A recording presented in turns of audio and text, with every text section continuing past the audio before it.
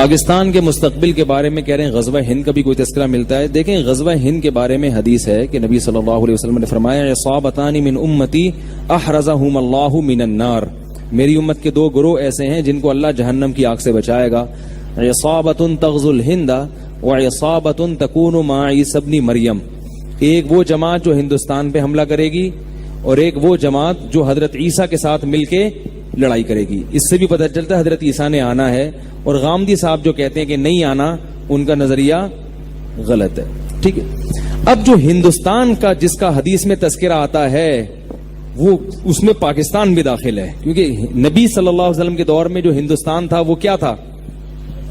پاکستان میں. تو جو پہلا فریق جس نے ہندوستان پہ حملہ کیا محمد ابن قاسم تھا, جس نے جو ہندوستان میں سندھ کے راستے سے آیا اور پورے ہندوستان میں اسلام پھیلانے کا ذکر, اس نے اسلام پھیلانے کا ذریعہ, وہ تو 100% اس حدیث میں داخل ہیں, کیونکہ وہ لوگ تھے جنہوں نے ہند پہ حملہ کیا تھا, جس میں پاکستان بھی تھا, کہ پاکستان پہ بھی اٹیک کیا تھا انہوں نے. اس وقت جو تھے نا یعنی سب یہاں ہندو اور وہ دوسرے مذاہب رہا کرتے تھے, تو وہ اٹیک کر کے آئے اور اس کے ساتھ مجاہدین آئے اور پورے ہندوستان پہ آہستہ آہستہ ان کی اولادیں قابض ہو گئی. اس کے بعد جتنے اٹیک ہو رہے ہیں وہ اس حدیث میں داخل ہیں یا نہیں ہیں, اس کے بارے میں حدیث خاموش ہے. اب علماء کی آراء ہیں, اجتہادی آراء ہیں. بعض علماء کہتے ہیں نہیں, جب بھی ہندوستان پر حملہ ہوگا تو وہ اس میں داخل ہے, بعض کہتے ہیں اس میں داخل نہیں ہے. تو ہمارے پاس کوئی اس بارے میں صریح حدیث موجود نہیں ہے. اور ویسے پاکستان کا فیوچر میں ہندوستان پہ اٹیک کا کوئی پروگرام ہے نہیں. اب یہ وہ دور نہیں ہے کہ ملک پر اتنے آرام سے اٹیک کر لیں. دونوں ایٹمی طاقت ہیں, ایٹم بم کھیلنا, انڈوں سے کھیل سکتے ہو, تم مجھے انڈا مارو میں تمہیں انڈا مارتا ہوں. برسات میں کھیلتے ہیں نا لوگ, ٹماٹروں سے کھیلتے, تم مجھے ٹماٹر مار. اب یہ نہیں ہوتا کہ تم مجھے ایٹم بم مارو اور میں تجھے اٹھا کے بم ماروں. دونوں ایٹمی طاقت ہیں, دونوں یہ غلطی کبھی بھی نہیں کرتے. اب جو جنگیں ہوتی ہیں وہ سرد جنگ ہوتی ہے, معاشی لحاظ سے اندر کھوکھلا کر دو, اندر تحریکیں کھڑی کرو کہ یہ ٹوٹ جائیں. تو اب ہندوستان پر پاکستان حملہ کر کے ہندوستان پہ قبضہ کر لے, ایسا نہیں ہو سکتا.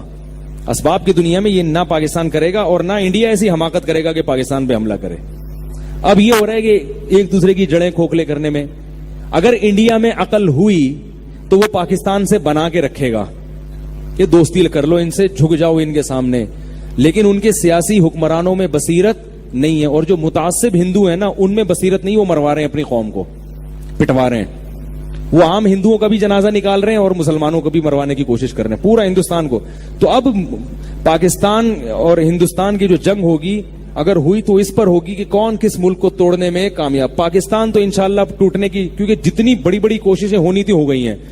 آپ کو پتا ہے ایک دفعہ ہمارے جو جنرل, ابھی کیا نام ہے یار, جنرل راحیل جو ہے نا, جب یہ سعودی عرب گیا تو سعودی عرب کے بادشاہ نے کہا یار ہمارے ملک میں اتنے فساد ہو رہے ہیں, یعنی ادھر سے ایک میزائل وہاں سے آ رہا ہے, ایک ادھر سے یوں آ رہا ہے میزائل, اور یہ ہو رہا ہے, آپ پریشان ہیں.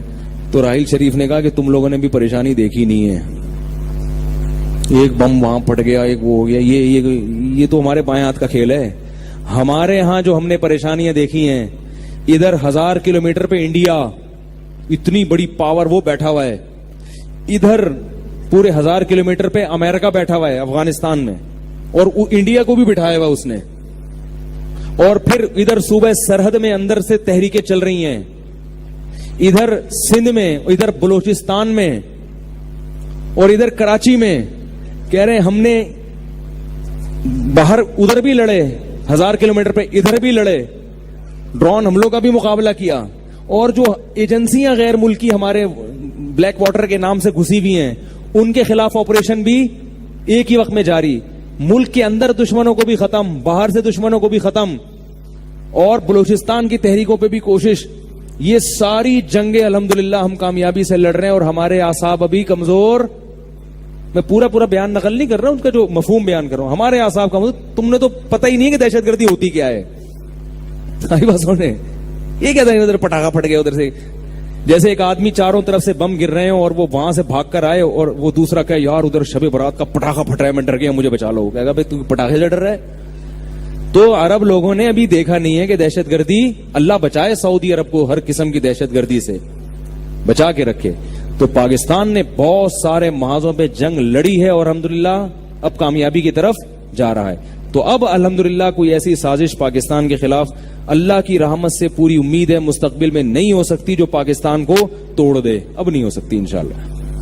تو اب جو ہے نا انڈیا پاکستان کا کچھ نہیں بگاڑ سکتا. اور میں نے بتایا آپ کو پاکستان نے تمیز سے بات کرنا.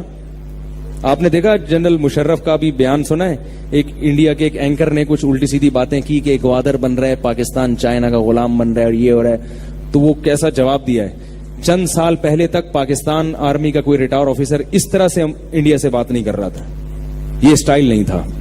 اب پاکستان کی ٹون الحمدللہ, بھائی جب آپ محلے کے دادا بنتے ہو تو آپ کی ٹون چینج ہو جاتی ہے.